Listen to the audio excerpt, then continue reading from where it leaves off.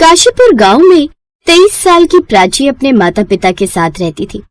प्राची के पिता काशी विश्वनाथ में ही पुजारी थे, जो मंदिर से थोड़ी दूर पर ही एक छोटी सी कुटिया में अपने परिवार के साथ रहती थी। प्राची उनकी इकलौती बेटी थी। बचपन से ही अपने पिता को महादेव की भक्ति करता देख वो भी उनकी दीवानी हो गई थी और अब उसके दिन की शुरुआत भी भोलेनाथ की भक्ति से ही होती। हे शिव शंभू, हम काशीवासियों के साथ साथ इस पूरे संसार में अपने भक्तों पर अपनी कृपा बनाए रखना।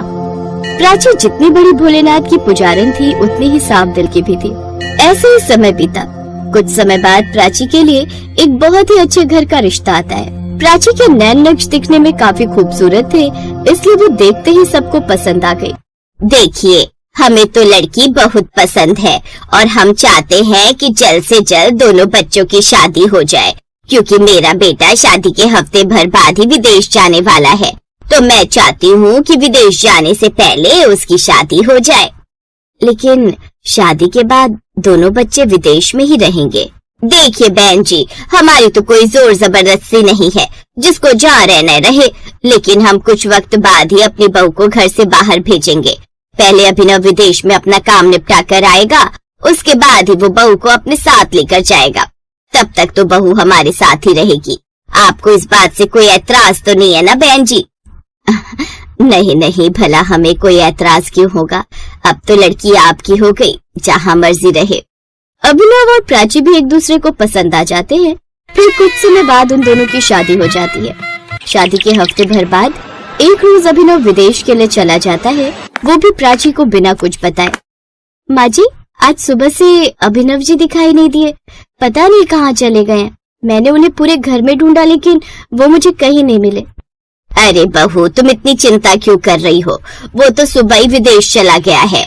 उसकी एक अर्जेंट मीटिंग थी, इसीलिए उसे जाना पड़ा। क्या?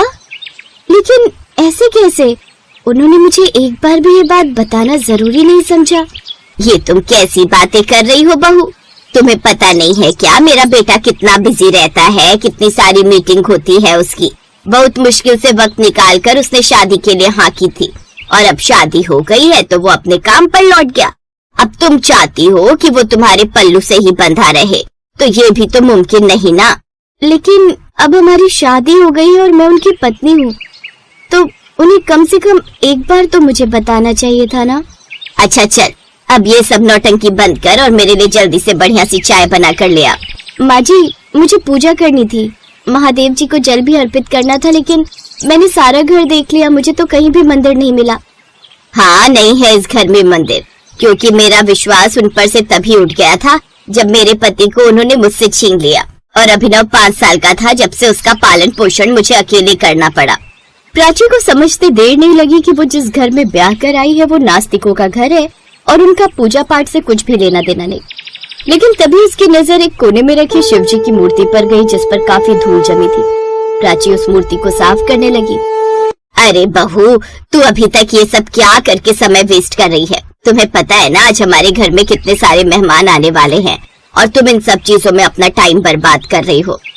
माँ जी, मुझे शिवजी की पूजा करना है, कोई टाइम पास नहीं। कद छोटा है लेकिन जुबान कैंची की तरह लंबी है। जितनी मर्जी चपैर चपैर करवा लो इससे। अब जा और जाकर काम कर।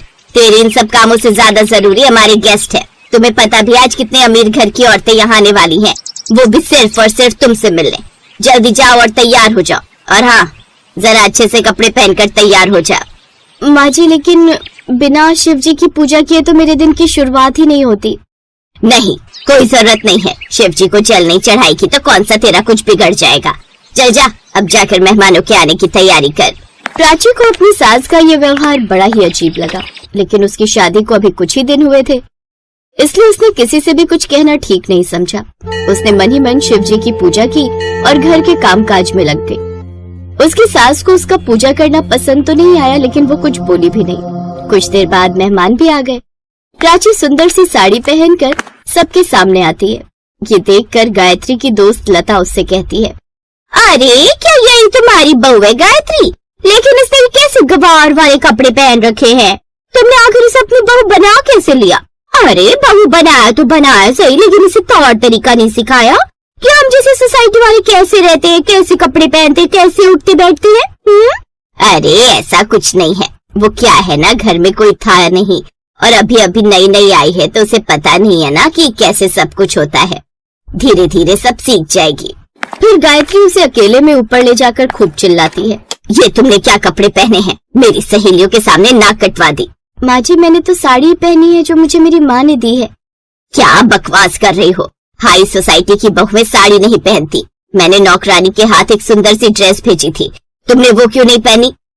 माँ जी आपने शायद वो ड्रेस देखी नहीं, उसमें पहनने लायक कुछ था ही नहीं, वो बहुत छोटी थी इसलिए मैंने ये साड़ी पहन ली। तुम जैसे छोटे और गवार लोगों की ना यही दिक्कत होती है, अच्छे कपड़ों को तुम लोग बेकार बताते हो। मेरी दोस्त के सामने मेरी इज्जत का कचरा ना कर, इसलिए चुपचाप से वही शॉर्ट ड्रेस पहनना और नीचे आ। लेकिन मैं ऐसे कपड़े नहीं पहन सकती। जैसा कहा है वैसा कर, समझी? हे प्रभु मेरी समझ में तो कुछ नहीं आ रहा। जिस इंसान से मेरी शादी हुई थी वो शादी के कुछ दिन बाद मुझे छोड़कर विदेश चला गया और यहाँ रहने वाली मेरी सास इतना अजीब बर्ताव करती है। कहीं मैंने ये शादी करके कोई गलती तो नहीं कर दी। लेकिन प्राची ने अभी से ही अपनी किस्मत मान ली। उसने उस शिव जी की मूर्ति की रोज पूजा शुरू कर दी। ये सब क्या नाटक है? मैंने कहा ना मेरे यहाँ भगवान की पूजा नहीं होती। मुझे आज के बाद ये सब नाटक नहीं चाहिए। प्राची उदास हो जाती है लेकिन वो शिव जी की पूजा करना नहीं छोड़ती। वो रोज अपनी सास से छुपकर उनकी पूजा करती और अपनी सास से छुपकर ये सब करती रहती। प्राची की सास गायत्री थोड़े गर्म स्वभाव की थी। उसके घर में वही होता था जो वो चाहती थी, इसलिए अपनी सास के आगे वो भी ज्यादा कुछ नहीं कहती। ये सब क्या है प्राची, तुमने सुबह सुबह शोर शुरू कर दिया। माँ जी ऐसा करने से शिव जी हमसे प्रसन्न होते हैं और हमारे सर पर उनकी कृपा बनी रहती है। मैंने तुम्हें कहा ना हमारे घर में ये सब नहीं होता, समझी? और तुम सुबह सुबह ये सब करके मेरा दिमाग खराब मत करो, वरना मैं तुम्हें इस मूर्ति के साथ घर से बाहर फेंक दूंगी और वही मूर्ति लेकर तुम कहीं दूर चली जाना, समझी? माँ जी मैं आपकी बहुत सुन चुकी हूँ। आप मेरे बारे में कुछ भी कहिए लेकिन मेरे शिव जी के बारे में मैं एक शब्द भी नहीं सुनना चाहती।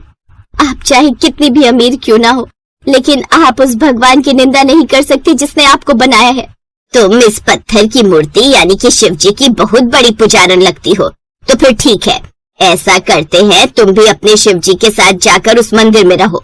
मेरे घर में तुम्हारे लिए कोई जगह नहीं है, निकल जाओ यहाँ से। मैंने सोचा था तुम्हारी शादी मेरे बेटे से होगी तो तुम्हारी जिंदगी बदल जाएगी, लेकिन तुम गरीबों को तो बस इन पत्थर की मूर्तियों से प्यार होता है। अभी क्या भी निकल जाओ यहाँ से। मैं खुद ऐसी जगह नहीं रह सकती जहाँ मेरे भोलेनाथ की पूजा ना हो, इसलिए मैं वापस अपने मायके जा रही हूँ। जहाँ मेरे शिव जी का अनादर हो मैं वहाँ बिल्कुल नहीं रह सकती। इतना कहकर प्राची वापस अपना सामान लेकर अपने मायके चली जाती है। उसके और भगवान की उस मूर्ति के घर से जाते ही गायत्री के घर की बरकत भी चली जाती है। अचानक से उसकी तबीयत खराब हो जाती है। उधर अभिनव को भी बिजनेस में काफी लॉस होता है और वो भी वापस इंडिया आ जाता है। तुमने भोलेनाथ की पुजारन को मायके भेजकर ठीक नहीं किया। भोलेनाथ तुमसे रुष्ट हो गए हैं, जिस कारण तुम्हारे घर की ये हालत हुई है। अगर वो वापस आ जाए तो सब ठीक हो जाएगा। अब गायत्री और अभिनव को अपनी गलती का एहसास होता है और वो प्राची से जाकर माफी मांगते हैं। हमें माफ कर दे बहू, हमसे गलती हो गई जो हमने भोलेनाथ और उनकी पुजारन का अपमान किया। अब से तुम्हारे साथ साथ हम सब भी महादेव की पूजा करेंगे। अब प्राची खुशी खुशी अपने ससुराल आ जाती है, जहाँ उसके परिवार के साथ मिलकर वो खुशी खुशी रहने लगती है।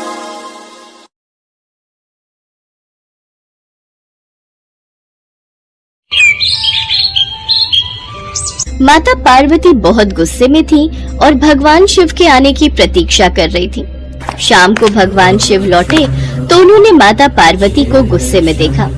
क्या बात है देवी पार्वती, आप बहुत क्रोधित दिखाई दे रही हैं। क्रोध न करूं तो और क्या करूं स्वामी, आप तपस्या में और अपने अन्य कार्यों में इतने व्यस्त रहने लगे हैं कि आपने मेरी ओर तो ध्यान देना बिल्कुल ही बंद कर दिया है। जाइए, मैं आपसे बात नहीं करूंगी।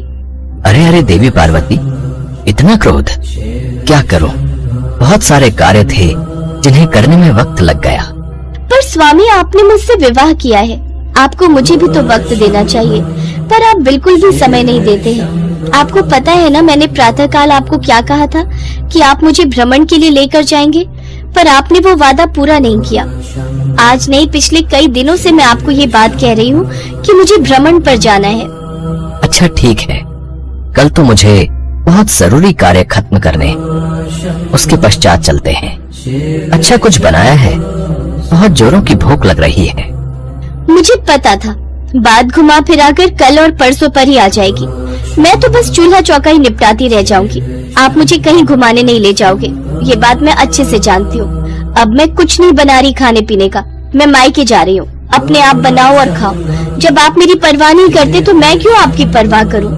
गणेश और कार्तिकेय का भी भोजन बना देना, आखिर पता तो चले आपको मेरी कितनी कमी महसूस होती है। क्या तुम मायके जा रही हो? अरे पार्वती, ऐसा मत करो। तुम जानती हो तुम्हारे बिना मैं अधूरा हूँ। मैं ये सब चूल्हा चौका, घर गृहस्थी कैसे संभालूंगा? ये सब मेरे बस की बात नहीं है। अरे पार्वती सुनो तो, अच्छा हम चलेंगे घूमने, अब ऐसे रूठ कर मत जाओ। नहीं, मैं जा रही हूँ। अब मैं कुछ दिनों बाद ही लौटूंगी। माता पार्वती पूरी तरह से रूठ चुकी थी। भगवान शिव जानते थे अब वो कुछ दिनों के बाद ही जब खुद उदास होंगी तो लौट आएंगी, पर कब ये नहीं पता था। माता पार्वती मायके चली जाती है और घर की और बच्चों की सारी जिम्मेदारी अब शिव जी पर आ जाती है। भूख लगी है, भूख। पिताश्री जल्दी जल्दी भोजन लाइए, भूख से मेरे पेट में दर्द हो रहा है। मुझे भी बहुत जोरों की भूख लगी है पिताश्री, जल्दी से भोजन लाइए। हाँ हाँ ला रहा हूँ। नंदी जरा मेरी मदद करो, मैंने रोटियां तो बना ली हैं, तुम बस मेरे साथ बच्चों को देने में मदद करो। ठीक है प्रभु। पिताश्री ये आलू की सब्जी है या पानी की सब्जी? इसमें आलू तो कहीं दिखाई ही नहीं दे रहे, केवल पानी ही पानी दिखाई दे रहा है। नहीं नहीं, आलू की सब्जी है, देखो खाकर, बहुत स्वादिष्ट बनी है। पिताश्री रोटियां तो जली हुई हैं, एक भी रोटी ऐसी नहीं जो हम खा सके। आपने सारी रोटियां जला दी। कार्तिकेय भैया, लगता है माताश्री की अनुपस्थिति में हमें तब तक ऐसा ही भोजन मिलेगा जब तक कि वो लौट नहीं आती। प्रभु सब्जी में नमक ज्यादा हो गया है। नंदी जो बना है चुपचाप खा लो, मैं वैसे ही बहुत परेशान हूँ। ये सब काम सचमुच पार्वती इतनी आसानी से कैसे संभाल लेती है, मुझे अभी तक समझ नहीं आ रहा। मेरे लिए तो ये घर के काम करना असंभव है, ये गृहिणी ही कर सकती है। पार्वती की कमी बहुत महसूस हो रही है। कुछ देर बाद गणेश जी और कार्तिकेय खेलने के लिए चले जाते हैं। इधर शिव जी बहुत परेशान थे, उन्हें माता पार्वती की बहुत याद आ रही थी, इसलिए उनका कहीं भी मन नहीं लग रहा था। दैत्यों को जब ये बात पता चली कि शिव जी कैलाश पर्वत पर बिल्कुल अकेले हैं, तो फिर वो कैलाश पर आक्रमण करने के बारे में सोचने लगे। इस समय महादेव की शक्तियां क्षीण हैं, क्योंकि खबर मिली है कि पार्वती उनसे रूठकर मायके चली गई है। फिर तो हमारे पास अच्छा मौका है। शिवजी को बंदी बनाकर हम कैलाश के साथ साथ पूरी सृष्टि को जीत सकते हैं। हाँ, चलो फिर हम कैलाश पर आक्रमण बोल देते हैं। इस समय वैसे भी पार्वती शिव से नाराज है, तो शिव की शक्तियां तो वैसे ही कमजोर हो गई होंगी। दैत्य भगवान शिव से युद्ध के लिए तैयार हो गए। उधर शिव जी बहुत परेशान थे। देवी पार्वती, तुम रूठकर मायके चली गई हो, तुम्हारे बिना कैलाश बिल्कुल सूना हो गया है। तुम्हारे बिना सब कुछ अधूरा है, मैं भी तुम्हारे बिना बहुत अधूरा हूँ। लौट आओ पार्वती। गणेश और कार्तिकेय भी तुम्हें बहुत याद कर रहे हैं और मुझे भी तुम्हारी बहुत याद आ रही है। गणेश और कार्तिकेय हनुमान के घर से खेल कर आएंगे तो उन्हें भूख लगेगी, उनके लिए कुछ खाने का बना लेता हूँ। शिव जी बच्चों के लिए भोजन बनाने लगे। दैत्य सब कुछ देख रहे थे। मौका अच्छा है, चलो कैलाश पर आक्रमण कर दो और शिव को बंदी बना लो। आक्रमण! तभी माता पार्वती आ जाती है। स्वामी कहाँ हो? ये देखो, मैं कुछ दिनों के लिए मायके क्या चली गई, आपने घर पर ध्यान देना बिल्कुल छोड़ दिया। क्या करूं पार्वती, तुम्हारे बिना मैं अधूरा हूँ। तुम चली जाती हो तो मेरी शक्तियां भी क्षीण हो जाती हैं, इसलिए मुझसे कभी भी रूठ कर मत जाना। स्वामी, अब मैं रूठ कर कभी भी मायके नहीं जाऊंगी। मुझे पता है ये दैत्य इसी प्रतीक्षा में रहते हैं कि कब शिव और शक्ति अलग हो और ये कैलाश पर हमला करे।